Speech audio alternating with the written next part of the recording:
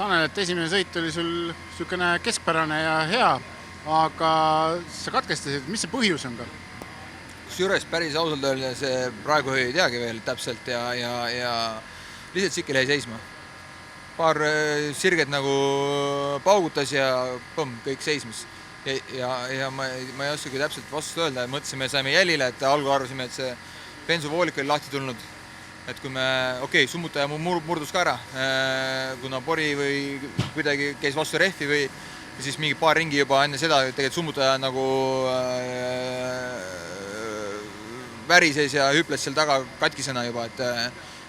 sellega ma oleks lõpuni tulnud, et ma juba sain aru, et see juba häirib sõitmist, aga ma saan sellega hakkama nagu, et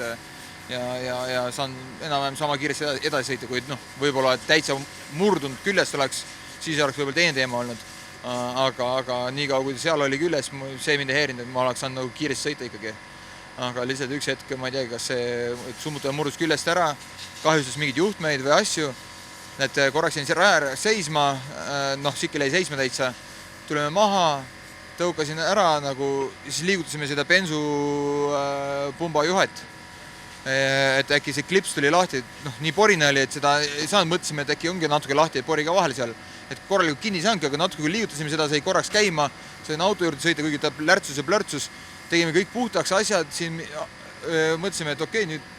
ongi asi korras, et võib-olla panime teise bensupaagi ja et ilusti teeks selle klõpsu selle bensupumba juhtmestikus, et panime selle kõik kinni, siin töötas kõik ilusti, väga hea, uus summutaja, kõik asjad panime külge ja mõtlesime, et probleem on lahendatud, kuna nii kui seda puutusime,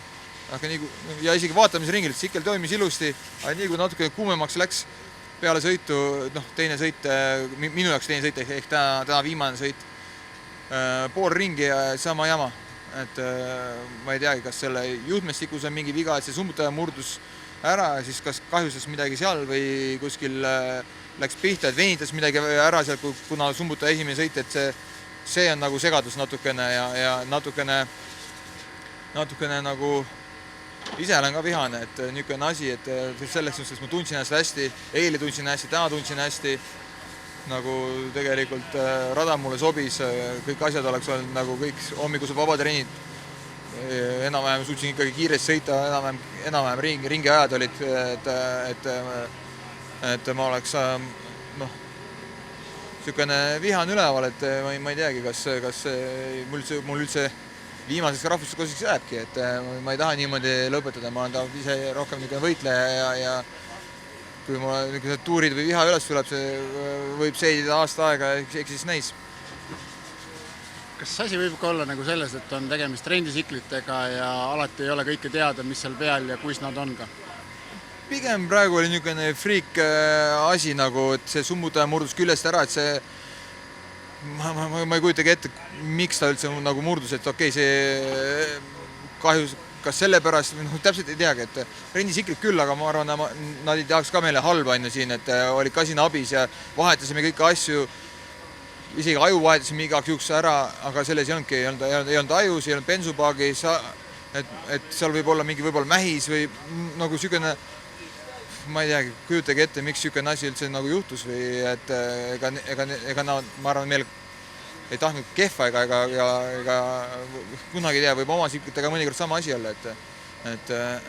niisugune elektriline asi oli, et tagantjärgi tarkus, et pärast panime kõik tööle, siin tuuritasime, sikkel töötas ilusti, vaatamisringi tegin ära, et see oleks nagu et tagantjärgi tarkus, et varusikliga oleks võinud minna, aga tegelikult me mõtlesime, me leidsime jälile. Et see tegelikult bensupumba juures seal oli ka pori seal vooliku juures, kus me ühendus on, et võib-olla seal pori kogunes nii palju kogu aeg sinna, et surus natukene lahti, et see tekitas selle asja, et pärast panime kõik asjad, uued tihendid asjad sinna, enam nagu rohkem ei oskagi midagi teha, et see on niisugune nagu natukene ma ei teagi, kas see on just rendisiklites just, aga natukene niisugune kivemaik ikka natukene. Kuigi, et isegi kui mina ja Harri oleks 1 ja 2 olnud,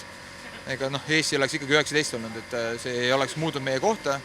aga lihtsalt ma oleks saanud ikkagi sõita, näidata, tegelikult ma olin selleks valmistunud ja juba psühholoogiliselt ma olin valmistunud selleks riski võtma ja riskima ja sõitma kiiresti. Kuna sa oled natukene nüüd ka selline vihane sellest